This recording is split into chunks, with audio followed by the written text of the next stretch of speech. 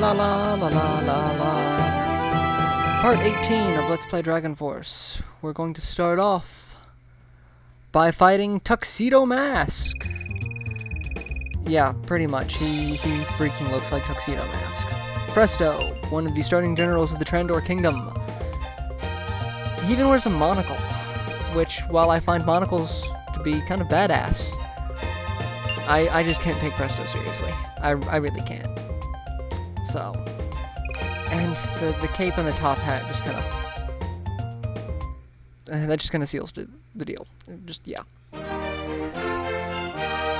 Alright, he is a rather dangerous general to go against. At this level, I think he only has one spell, which is good, because he learned some of the best spells that you could learn as a magician class. Even though I'm fairly sure, like I said earlier, he's a knight. He's got the same fireball attack that Junon has. I believe he learns Thunderfall, which decimates troops. And if you don't have any troops, it does attack your general for a decent amount of damage. So let's hope he only has one. And even if he has two, he's only going to be able to get off one. But Thunderfall, even one use, can take out more than 10 troops.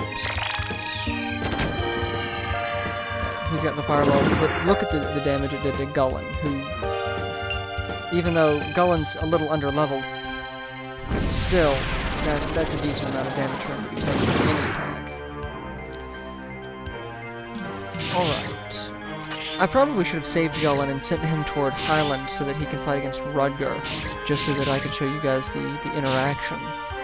Another interaction that I forgot completely about, Senna, the general that I've got in my main kingdom.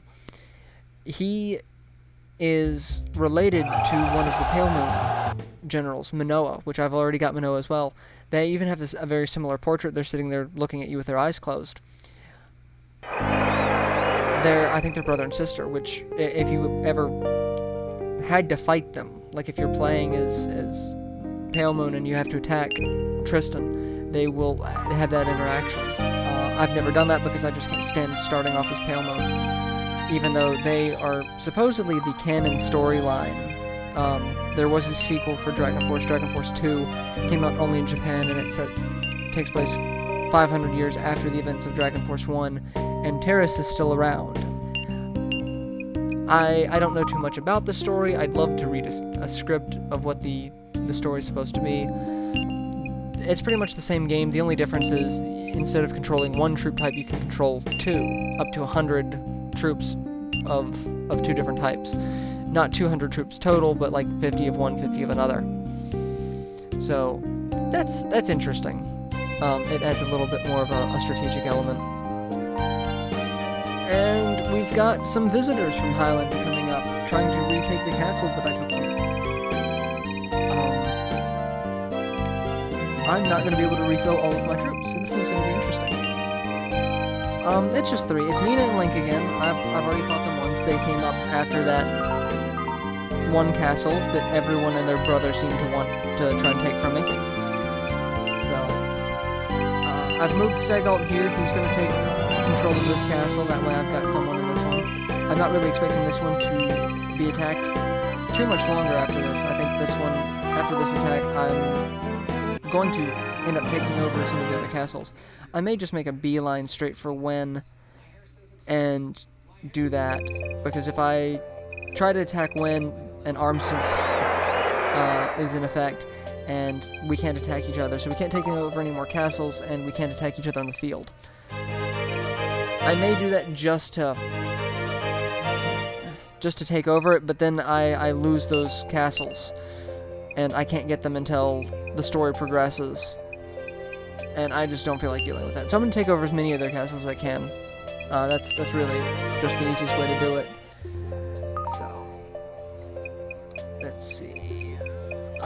Again, with the domestic affairs, I really do apologize for the length of the domestic affairs, but it is really one of the integral parts of the gameplay. You really can't advance too much without doing this, because you need the troops, you need the items, you need the chance to get the generals. So, let's see, let's see if I can get Lone and Ogred. I think those are the only two that I'm even gonna try and go for, because like I said, I know the other two are... Oh, crap. No Lone, which if Lone's not joining me, I know Ogred won't. They do come as a pair. So... But I will go ahead and search. Yeah, Manoa. This one. She is related to Senna.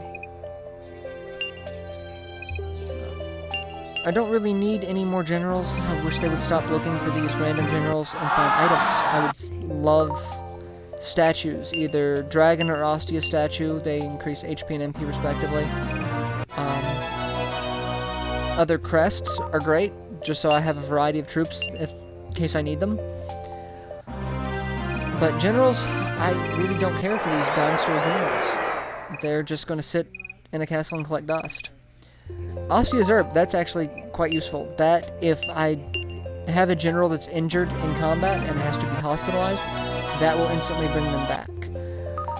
Instead of waiting for yet another domestic affairs. Or two, depending on how badly they're injured, I assume.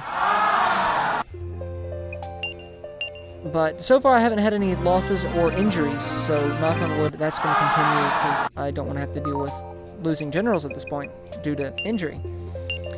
So, alright, so I'm going to go ahead and cut it here short at the end of the domestic affairs. I'm going to save it, and I'm going to look at the map, because I'm not going to have enough time to get into the actual fight that's going to come up after the domestic affairs.